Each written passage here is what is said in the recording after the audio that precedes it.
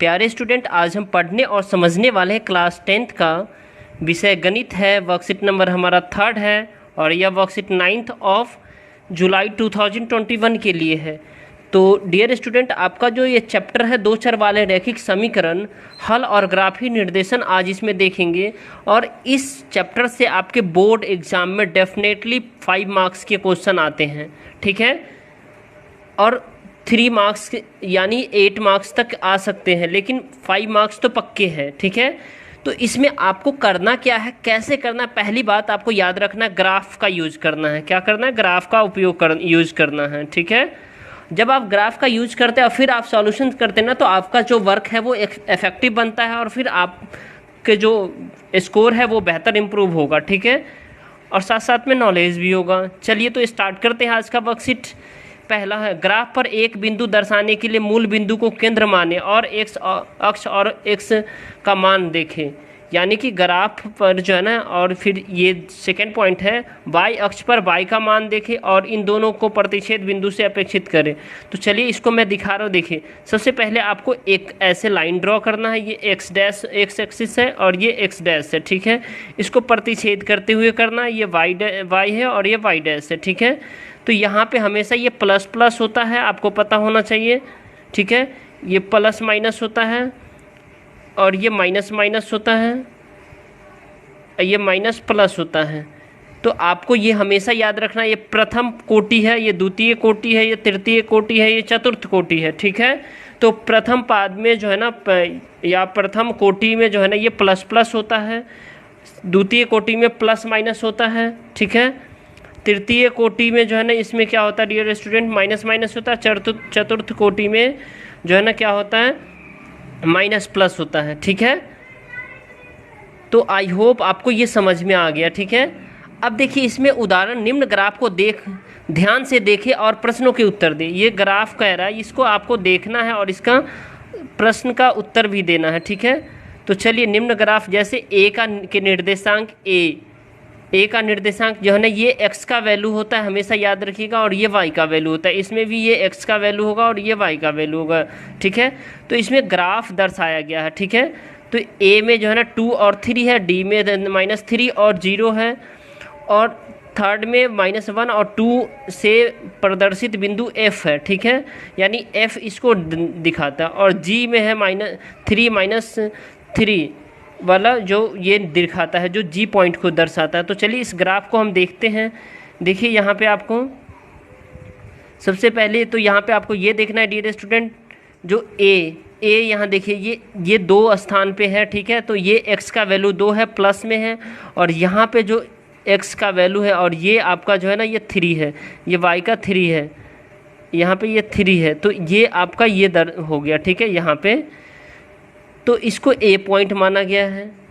अब आपका जो डी पॉइंट है, डी पॉइंट -3, अब देखिए -3 है, तो x का वैल्यू -3 है, तो -3 ये रहा -3, और ये 0 है, तो ये आपका डी पॉइंट जो है ना, क्या हो जाएगा, यही हो जाएगा, ठीक है।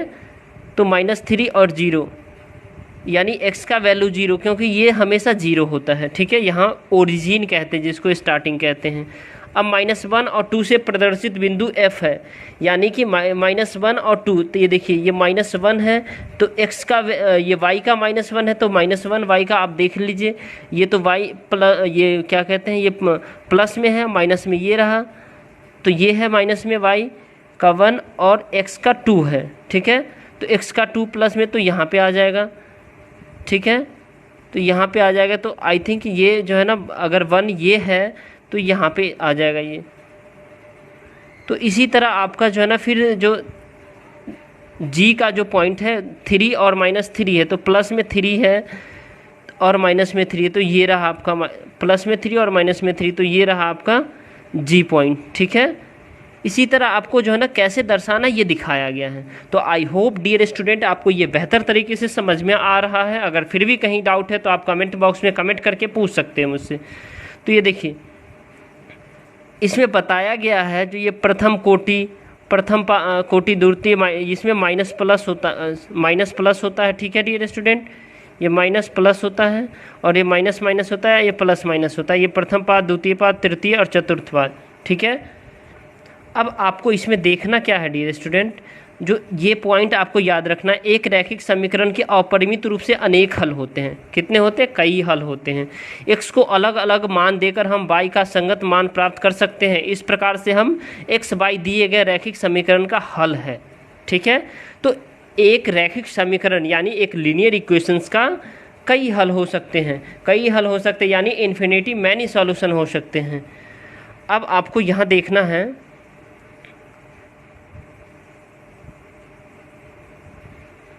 चलिए मान लीजिए कि ए बी सी वास्तविक संख्या है, ए और बी दोनों शून्य नहीं है, तो a x plus b y plus c equal to c को दो चर में रैखिक समीकरण कहा जाता है। ठीक है, तो a x plus b y equal to c को दो चर में रैखिक समीकरण कहा जाता है। जैसे देखिए 2x plus 3y equal to 2, तो ये क्या है? दो चर में रैखिक समीकरण होगा। ये एग्जाम्पल से आपको समझ में आ गया होगा डियर स्टूडेंट। ठीक है, यहाँ दो चर x और y जो है ना क्या है? a और b का गुणांक है और c समीकरण का अचर पद है। तो हमने अभी बना दिया। देखिए ये 4x minus 2y equal to -5, x और y का गुणांक क्या है? इसमें x और y का गुणांक, x का गुणांक 4 है और y का गुणांक -2 है। ठीक है, तो और समीकरण का अचर पद ये क्या है? -5 है। कितना है? -5 है। अब आपको इसमें देखना क्या है? समीकरण 4x minus 2y equal to -5 की तुलना ax plus b y equal to c के साथ करने पर हमें प्राप्त होता है a equal to b, b equal to -2 और c इक्वल टू -5 होता है। यानी ये a का वैल्यू है, ये b का वैल्यू है, ये c का वैल्यू है। ठीक है, अब हम यहाँ आते हैं डियर स्टूडेंट, इसको पहले समझ लेते हैं यहाँ इस ग्राफ को। ठीक है, इस ग्राफ को हमें बेहतर तरीके से समझना है। बिंदु a 3 और -1 है, b -5 और 0 है, तो ये x का वैल्यू 3 है, y का वैल्यू -1 है, x का वैल्यू -5 है, y का वैल्यू 0 है। ये c x का वैल्यू 3 है, y का वैल्यू -4/5 यानी 4.5 है। d -1 x का वैल्यू है और y का वैल्यू 6 है और e -2.5 x का है और फिर 1.5 y का वैल्यू है। ठीक है, तो आप यहाँ पे देख सकते हैं ये ग्राफ पेपर है और ग्राफ पेपर पे x एक्सिस और y एक्सिस को ड्रॉ किया गया है। ठीक है, x डैश और y, ये x और ये x डैश, ये y और ये y डैश है। ठीक है, और सेम इस पॉइंट को 1 2 3 4 5 में डिवाइड किया गया है। ठीक है, तो इसी तरह आप ग्राफ पेपर पे बनाएंगे तो बेहतर होगा। ठीक है, ग्राफ पेपर का मैक्सिमम यूज कीजिएगा तो अच्छे से समझ में आएगा डियर स्टूडेंट। अब देखिए a का वैल्यू अगर ये यहाँ देखिए ये प्लस में है तो 3 है और -1 में है तो यहाँ है, तो ये यहाँ से यहाँ तक ये क्या हो गया। ठीक है, अब देखिए आपको जो है ना इसी में आपको देखना है। तो डियर स्टूडेंट आप जब देख पाएंगे इसमें जो b का वैल्यू, ठीक है, d का देखिए, b का ये रहा, b का आप देखिए यहाँ पे जो है ना क्या है, x का वैल्यू जो है ना -5 है। ठीक है, तो x का वैल्यू -5 है और d का और y का 0 है, तो ये इसी लाइन पे आ जाएगा यहाँ पे। ठीक है, और आप c देख सकते हैं, c x का वैल्यू यहाँ पे जो है ना कितना 3 है, तो ये 3 है, ये 3 x का वैल्यू 3 है और y का वैल्यू 4.5 है, तो ये 4.5 से लिया गया है। ठीक है, तो ये इस तरह का आकृति भी बन रहा है। अब इसके बाद आप देख सकते हैं d -1 है, तो -1 यानी -1 हम देखेंगे तो ये रहा मेरा -1 x का और ये प्लस में 6 का है, तो यहाँ से इस तरह का ये आएगा। ठीक है, तो आई होप आपको ये बेहतर तरीके से समझ में आ रहा है डियर स्टूडेंट। अब देखिए ई में आप देखिए -2.5 है x का वैल्यू, तो ये x यहाँ -2.5 हो गया, y -1.5 है, तो ये रहा, तो यहाँ से इस तरह का। ठीक है, तो आपको समझ में आ रहा है। अब देखिए इसमें देखते हैं जो एक बिंदु जिसका x निर्देशांक और y निर्देशांक समीकरण ax plus b y equal to c को संतुष्ट करता है तो समीकरण का हल कहलाता है। पता लगाइए कि 0 -1 हाफ समीकरण का 3x माइनस 2y का इक्वल टू 1 का हल है या नहीं है। ठीक है, तो इसका जो है ना देखिए हल x बराबर इक्वल टू 0 हम करते हैं। ठीक है, x इक्वल टू क्या कर रहे हैं 0 कर रहे हैं, तो y इक्वल टू -1 अपॉन में 2 है का मान, तो 3x माइनस 2 अपॉन में 2y इक्वल टू 1 है रखने पर, तो इसमें वैल्यू पुट कर देंगे, यानी कि इसमें जो है ना डियर स्टूडेंट x का वैल्यू 0 पुट करेंगे और y का वैल्यू -1 अपॉन में 2 पुट करेंगे। और किस समीकरण देखिए ये रहा, एक बार करके मैं बता दे रहा हूँ आपको, 3 × 0। ठीक है, और 2 - 2 इंटू वाई का वैल्यू कितना है -1/2 करना है, ठीक है। तो इस 2 से ये 2 कट गया, ठीक है। तो 3 को 0 से तो 0, अब -1, तो ये कितना हो जाएगा आपका जो है ना माइनस माइनस प्लस, तो यानी कि ये 1 हो जाएगा, ठीक है। ये 1 हो जाएगा, तो LHS इक्वल टू RHS है। अब देखिए LHS और RHS इसलिए 0 पॉइंट समीकरण इतना का हल है। चलिए अब हम इसमें जो है ना ये क्वेश्चंस जो बेहतर, बहुत ही आसान, बहुत ही मज़ेदार क्वेश्चन है, इसको हम सॉल्व करते हैं और पढ़ते हैं। देखिए ये सारे क्वेश्चंस को एक एक करके हम सॉल्व करते हैं और बेहतर तरीके से सॉल्व करते हैं, और आप वीडियो को पूरा देखिए। हमारा क्वेश्चन फर्स्ट है P 0 4 और 1 0 है, Q 4 और 4 है, और R 0 और 4 है को ग्राफ पर दर्शाना है, ठीक है। तो चलिए इसको हम ग्राफ पेपर पे, अच्छे ग्राफ तो नहीं है हमारे पास, आप बनाएं इस क्वेश्चंस को, तो ग्राफ पे बनाएं, ठीक है। हमने ऐसे ही आपको बना दिया है, चलिए हम आपको बना दिखाते हैं इसको, ठीक है। सबसे पहले हमने जो वैल्यू है, देखिए यहाँ पे हमने जो है ना क्या किया है, जो P का वैल्यू 4 0 है, तो यहाँ से हमने पहले तो ये ड्रॉ कर लिया, इस तरह का हमने एक्सिस, ठीक है, एक्सिस ड्रॉ कर लिया, ठीक है। उसके बाद हमने क्या किया, 4 0 यानी y का वैल्यू 0 है और x का 4 है, तो यहाँ पे हम आ गए, ठीक है। उसके बाद हमने क्या किया, 4 0 4 यानी x का वैल्यू जो है ना 0 है और y का 4 है, तो यहाँ आ गया, ठीक है। तो ये r है ये, ठीक है। और ये हमेशा ओरिजिन O से स्टार्ट होता है, ठीक है। ये 0 0 है यानी ये 0 होता है, ये 0 से ये स्टार्ट होता है कोई भी लाइन, ठीक है। अब Q है 4 और 4, तो यानी कि x का वैल्यू भी 4 है, y का भी वैल्यू 4 है, तो ये 4 यहाँ से आएगा। देखिए ये भी 4 है और यहाँ 4 है। तो इसमें जो आकृति बन रही है ये आयत की आकृति बन रही है, यानी रेक्टेंगल की बन रही है। किसकी? रेक्टेंगल की।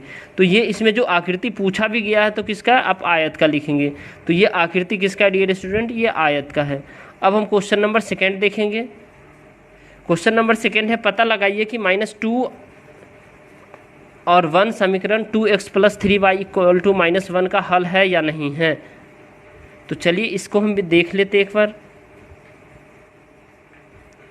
देखिए 2x इतना माइनस, तो हमें x की जगह पे जो है ना -2 रखना है और y की जगह पे हमें क्या रखना है? 1 रखना है, ठीक है। तो 2 और -2 और +3 और 1, तो इसको अगर 2 2 जा 4 और माइनस रह गया तो 4 हो गया, +3 और 3, तो ये माइनस हो जाएगा, तो ये यहाँ -1 हो गया इक्वल टू ये -1 है। तो ये LHS = RHS है। तो यह समीकरण का हल है, ठीक है। अब हम क्वेश्चन नंबर थर्ड देखेंगे। समीकरण -7x + 2y - 15 = 0 का अचर क्या है। तो इसका अचर -15 है, सीधा सा अचर है, यानी कि ये x है, ये y है, ये अचर पद है, तो -15 है। फिर भी मैं बता दूंगा। अब ये फोर्थ है, एक रैखिक समीकरण के कितने हल होते हैं। चलिए, तो समीकरणिकता का अचर पूछा जा रहा था, तो -15 है, अचर है, ठीक है। एक रैखिक समीकरण के कितने हल होते थे। एक रैखिक समीकरण के अपरिमित रूप से अनेक हल होते हैं। अनेक हल कैसे होते हैं? जब ये देखिए ये A है, ये B है और ये C है, ठीक है।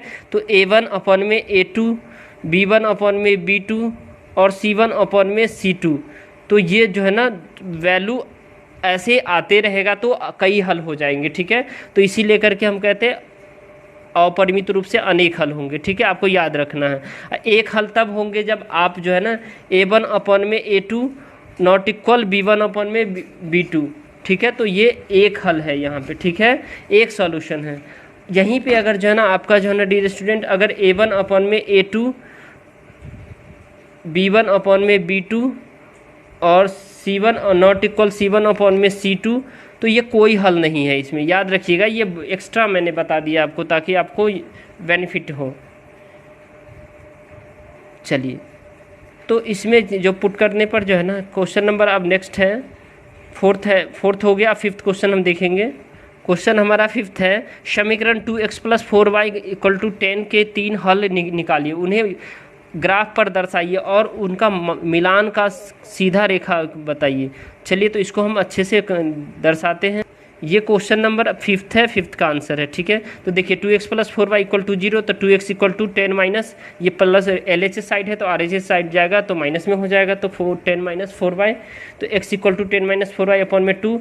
अब हम इसमें क्या कर रहे हैं, y का वैल्यू 2 पुट कर रहे हैं। y का वैल्यू जब 2 पुट करेंगे तो हमें जो है ना 10 माइनस 4 इंटू 2 वाई की जगह पे हमें पुट करना है, ठीक है।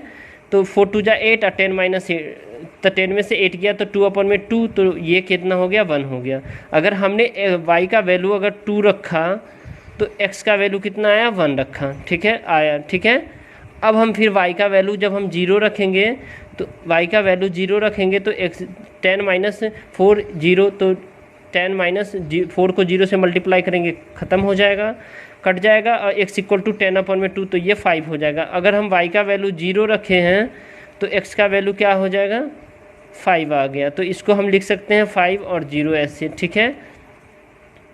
अब हम x का वैल्यू y का वैल्यू 1 रख रहे हैं, तो x का इक्वल टू 10 माइनस 4 इंटू 1, तो 10 माइनस 4 अपन में 2, तो x इक्वल टू 6 अपन में 2, यानी 10 में से 4 गया तो 6 बचा, तो ये 3 हो गया। तो अगर हम 1 रखें तो x का वैल्यू 3 आया और y का 1 आया, ठीक है। तो इस सब को हमने क्या किया, एक डब्बे में पैक कर दिया, ठीक है। और उसके बाद हमें क्या करना है, ये ऐसे डब्बे में पैक करना है और इसको ग्राफ पेपर पे बनाना है डियर स्टूडेंट, आपको याद रखना है। अब देखिए यहाँ पे, अब ग्राफ पेपर पे आपको बनाना है, तो हमने यहाँ पे ऐसे ही बना दिया है, ठीक है। देखिए x और y आपको ड्रॉ करना है, ठीक है। अब देखिए 1 2 3 4 5, अब हमें जो है ना x का वैल्यू अगर 1 है और ये y का वैल्यू 2 है, तो ये यहाँ पे आएगा, तो ये देखिए इसके सामने आया, ठीक है।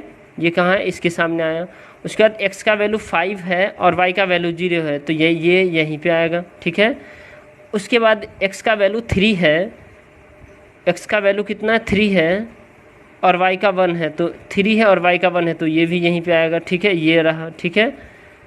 तो ये इस तरह का ड्रॉ हो जाएगा लाइन।